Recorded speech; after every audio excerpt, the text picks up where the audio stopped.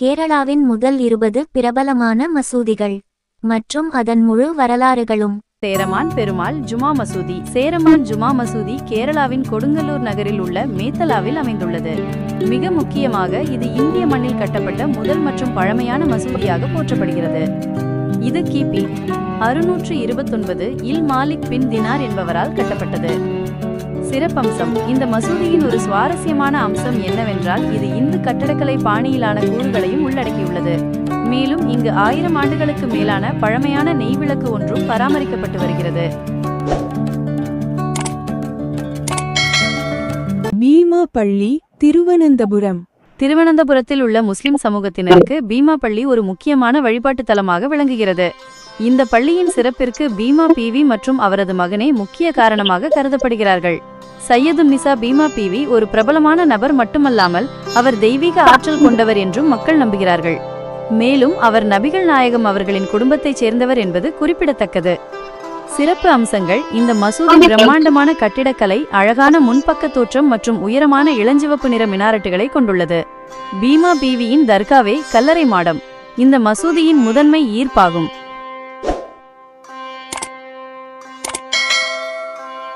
பொன்னானி ஜும்மா மசூதி, மலப்புரம். கேரளாவிலுள்ள அனைத்து இஸ்லாமிய புனித தலங்களிலும் பொன்னானி ஜும்மா மசூதி மிக உயர்ந்த முக்கியத்துவத்தை பெற்றுள்ளது. இது கேரள முஸ்லிம்களின் மக்கா என்றும் அழைக்கப்படுகிறது.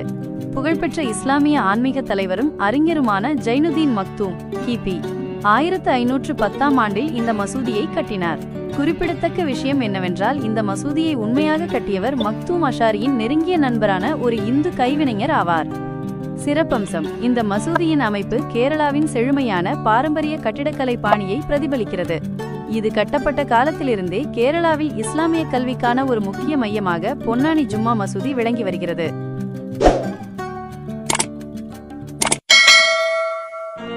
எருமேலி வாபர் மசூதி, கோட்டயம். முஸ்லிம்கள் மற்றும் இந்துக்கள் இருவருமே இந்த இடத்தை புனிதமானதாக கருதுகின்றனர். இந்த மசூதி கோட்டயம் மாவட்டத்தில் உள்ள எருமேலியில் அமைந்துள்ளது. எருமேலி மசூதி வாபர் என்ற பெயராலும் அழைக்கப்படுகிறது. இவர் ஐயப்ப சுவாமியின் நண்பராக கருதப்படுகிறார்.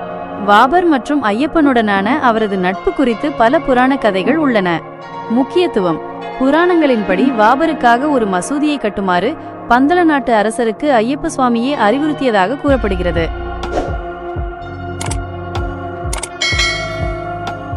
மம்புர மசூதி, திருரங்காடி. மலப்புரம் மாவட்டத்தில் அமைந்துள்ள இந்த மசூதி வரலாற்று முக்கியத்துவம் வாய்ந்த இடமாகவும் கேரளாவின் முஸ்லிம்களின் புகழ்பெற்ற புனித யாத்திரை மையங்களில் ஒன்றாகவும் திகழ்கிறது. முக்கியத்துவம்: 1921ஆம் ஆண்டு பிரிட்டிஷ் அரசுக்கு எதிராக நடத்தப்பட்ட மாப்பிள்ளை தவம் மாப்பிலா ரெபெலியன் இந்த மசூதியுடன் தொடர்புடையது.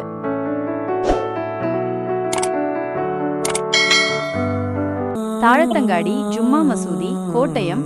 தாஜ் ஜும்மா மசூதி என்று அழைக்கப்படும் இது இந்தியாவின் பழமையான மசூதிகளில் ஒன்றாகும். மேலும் இது 1000 ஆண்டுகளுக்கும் மேலான வரலாற்றை கொண்டுள்ளது. இந்த மசூதி கேரளாவின் பாரம்பரிய பகுதிகளில் ஒன்றான கோட்டயம் நகருக்கு அருகில் உள்ள தாழத்தங்காடியில் அமைந்துள்ளது. சிறப்பம்சங்கள்: சிக்கலான மர வேலைப்பாடுகளும் தனித்துவமான கட்டிடக்கலையும் இந்த இடத்தின் முக்கிய சிறப்பம்சங்களாகும். தாழத்தங்காடி ஜும்மா மசூதி மீனாட்சி ஆற்றின் கரையில் அமைந்துள்ளது.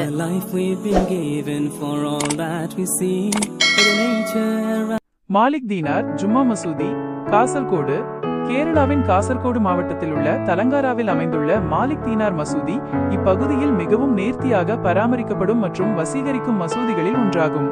பாரம்பரிய கேரள கட்டிடக்கலை பாணியில் கட்டப்பட்ட இந்த வரலாற்று சிறப்புமிக்க மசூதி மாலிக் இப்னு தீனாரால் நிறுவப்பட்டதாக நம்பப்படுகிறது.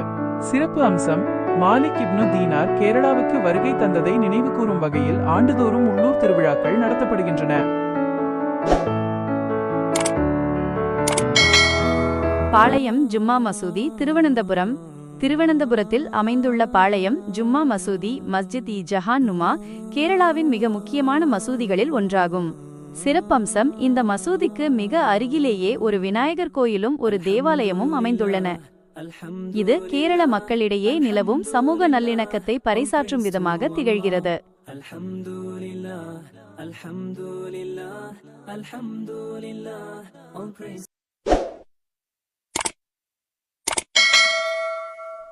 மிஷ்கால் மசூதி, கோழிக்கோடு. 14ஆம் நூற்றாண்டில் நகுதா என்ற செல்வந்தரான அரபு வணிகரால் இந்த மசூதி கட்டப்பட்டது. இது நேர்த்தியான 4 அடுக்கு அமைப்பை கொண்டுள்ளது. இருப்பினும் 1510 இல் போர்த்துகீசியர்களின் தாக்குதலுக்கு முன்பு இது 5 அடுக்கு மாடி கட்டிடமாக இருந்தது. சிறப்பம்சம்: இந்த மசூதிக்கு அருகிலேயே குட்டிச்சிரா குளம் அமைந்துள்ளது. வியக்கத்தக்க பொறியியல் நுணுக்கத்துடன் மரத்தினால் கட்டப்பட்ட இந்த வழிபாட்டு தலம் குளத்தின் மறுபுறத்திலிருந்து பார்க்கும்போது ஒரு அற்புதமான காட்சியை வழங்குகிறது.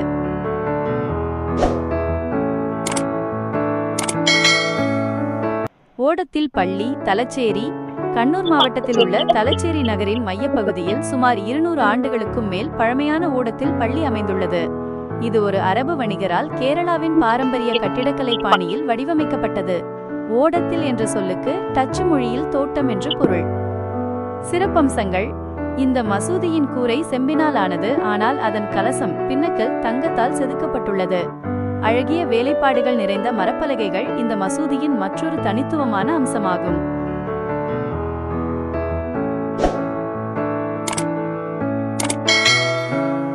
காஞ்சிரமற்றம் மசூதி, எர்ணாகுளம்.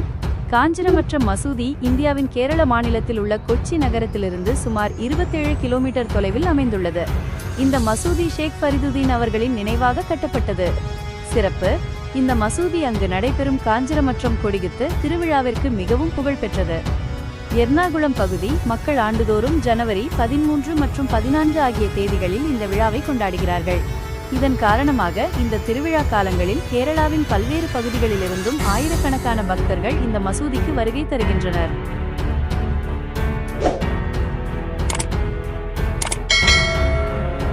பழையங்காடி மசூதி, மஞ்சேரி. மஞ்சேரியிலிருந்து 18 கிலோமீட்டர் தொலைவில் உள்ள கொண்டாட்டியில் அமைந்துள்ள பழையங்காடி மசூதி பக்தர்களால் கொண்டாட்டி மசூதி என்றும் அழைக்கப்படுகிறது. இந்த மசூதி பாரசீகத்தைச் சேர்ந்த இஸ்லாமிய துறவியான முகமது ஷா என்பவருடன் தொடர்புடையது. இவர் பிரபலமாக கொண்டாட்டி தங்கள் என்று அழைக்கப்படுகிறார். மேலும் இந்த மசூதி முகலாய கட்டிடக்கலை பாணியில் வடிவமைக்கப்பட்டுள்ளது. சிறப்பு: இந்த மசூதியின் மிகவும் பிரபலமான திருவிழாக்களில் ஒன்றாக வலிய நேர்ச்சா கருதப்படுகிறது. ஜமாஅத் மசூதி, மலப்புரம். மலப்புரம் ஜமாஅத் மசூதி கேரளாவின் மலப்புரம் மாவட்டத்தில் அமைந்துள்ளது. இந்த மசூதி சுமார் 600 ஆண்டுகள் பழமையானது. இது ஒரு இந்து குடும்பத்தினரால் கட்டப்பட்டதால் இதன் கட்டுமானத்தில் இந்து கட்டடக்கலை அம்சங்கள் காணப்படுகின்றன. சிறப்பு அம்சம்: முன்பு ஒரு காலத்தில் இப்பகுதியில் வசித்த இந்து நாம்பிஸ் குடும்பத்தினர் அங்கிருந்த முஸ்லிம் குடும்பங்களின் சொத்துக்களை வலுக்கட்டாயமாக பறிமுதல் செய்தனர். இதன் விளைவாக பாதிக்கப்பட்ட முஸ்லிம் குடும்பங்கள் அந்த இந்து குடும்பத்தை சபித்தனர். அதனைத் தொடர்ந்து அந்த இந்து குடும்பத்தினர் கடுமையான நோய்களால் பாதிக்கப்பட்டனர் என்று கூறப்படுகிறது. மாடாயிப்பள்ளி மசூதி, கண்ணூர். கேரளாவின் பழமையான மசூதிகளில் ஒன்றாக மாடாயிப்பள்ளி மசூதி விளங்குவதால் இதனை சுற்றி கிபி 7ஆம் நூற்றாண்டு காலத்து உள்ளூர் புராணக் கதைகள் இன்றும் நிலவுகின்றன. சிறப்பம்சம்: இந்த மசூதியில் ஒரு வெள்ளை பளிங்கு கல் உள்ளது. சுவாரஸ்யமான விஷயம் என்னவென்றால் இந்த கல் இப்னு தினாரால் மெக்காவிலிருந்து கொண்டுவரப்பட்டதாக கூறப்படுகிறது.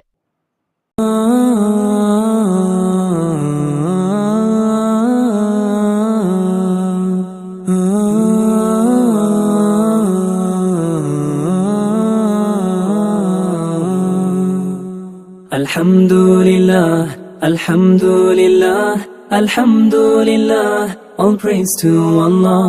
Alhamdulillah, Alhamdulillah, Alhamdulillah, all praise to Allah. For the life we've been given, for all that we see, for the nature around us, see the beauty. For the friends and family with whom we've been blessed, for the guides and teachers, oh how blessed are we. Alhamdulillah, Alhamdulillah, Alhamdulillah, all praise to Allah. Alhamdulillah, Alhamdulillah, Alhamdulillah, all praise to Allah. புல்லஞ்சேரி Juma மஸ்ஜித், மஞ்சேரி. இந்தியாவின் கேரளா மாநிலத்தில் உள்ள மஞ்சேரி புல்லஞ்சேரி பகுதியில் உள்ளூர் ஜுமா மஸ்ஜிதாக இது செயல்படுகிறது. இது 1920களில் கட்டப்பட்டது. சிறப்பு அம்சங்கள்: இந்த மஸ்ஜித் 5 ஸ்ரம்பிகளை துணைப்பள்ளிகள் உள்ளடக்கியது. ஹிதாயத்துல் இஸ்லாம் சங்கம் கமிட்டி இந்த மஸ்ஜிதின் நிர்வாக பொறுப்பை கவனித்து வருகிறது. பாணக்காடு பகுதியைச் சேர்ந்த சையத் ஹைதர் அலி ஷிஹாப் தங்கள் தற்போது ஹிதாயத்துல் இஸ்லாம் சங்கத்தின் தலைவராக பொறுப்பு வகிக்கிறார். Even for all that we see, for the nature around us, see the beauty. For the friends and family with whom we've been blessed, for the guides and teachers, oh how blessed are we. Alhamdulillah, Alhamdulillah, Alhamdulillah. Kollur விழா ஜும்மா மசூதி பள்ளிமுக்கு கொல்லம் நகர மையத்திலிருந்து வெறும் 4 kilometre தொலைவில் உள்ள பள்ளிமுக்கு பகுதியில் புகழ்பெற்ற வழிபாட்டு தலமான கொல்லூர் விழா ஜும்மா மசூதி அமைந்துள்ளது. சிறப்பம்சம், கேரளாவிலேயே 2வது பெரிய முஸ்லிம் மக்கள் தொகை கொண்ட பகுதியாக இது இருப்பதால் ஒரே நேரத்தில் சுமார் 5000 வழிபாட்டாளர்கள் இங்கு தொழுகை நடத்தும் வசதி உள்ளது. Alhamdulillah, Alhamdulillah, Alhamdulillah. All praise to Allah for the life we've been given, for all that we see. உத்தரம் பள்ளிவாசல் ஸ்ரம்பியா கண்ணூர் மாவட்டத்தில் உள்ள ஸ்ரம்பியாவில் அமைந்துள்ள இந்த உத்தரம் பள்ளிவாசல் அளவில் சிறியதாக இருந்தாலும் பக்தர்களிடையே மிகவும் புகழ்பெற்றது. சிறப்பம்சம், வழிபாட்டாளர்கள் எவ்வித இடையூறுமின்றி மிகவும் அமைதியாகவும் எளிதாகவும் தங்கள் பிரார்த்தனைகளை செய்யலாம் என்பதே இந்த பள்ளிவாசலின் தனிச்சிறப்பாகும்.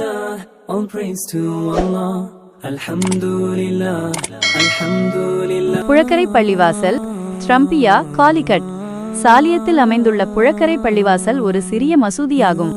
இதன் வடிவமைப்பும் கட்டடக்கலை நுணுக்கங்களும் மிகவும் வசீகரிக்கக்கூடியவை. சிறப்பம்சம், இது கேரளாவின் பழமையான பள்ளிவாசல்களில் ஒன்றாகும். இது மாலிக் பின் தீனார் மற்றும் அவரது குழுவினரால் கட்டப்பட்டது. பனமரம் மசூதி ஸ்ரம்பியா வயநாடு கேரளாவின் வயநாடு மாவட்டத்தில் உள்ள ஒரு கிராமம் Panamaram.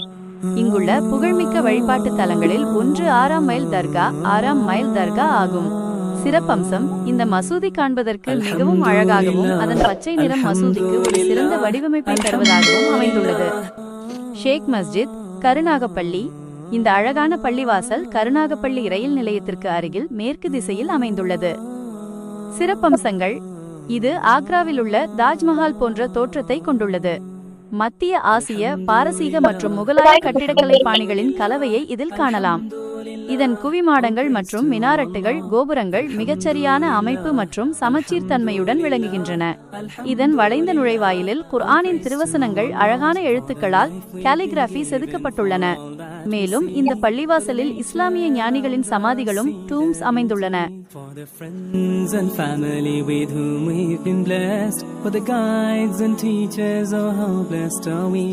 Alhamdulillah, Alhamdulillah, Alhamdulillah. All praise to Allah. Alhamdulillah, Alhamdulillah, Alhamdulillah. All praise to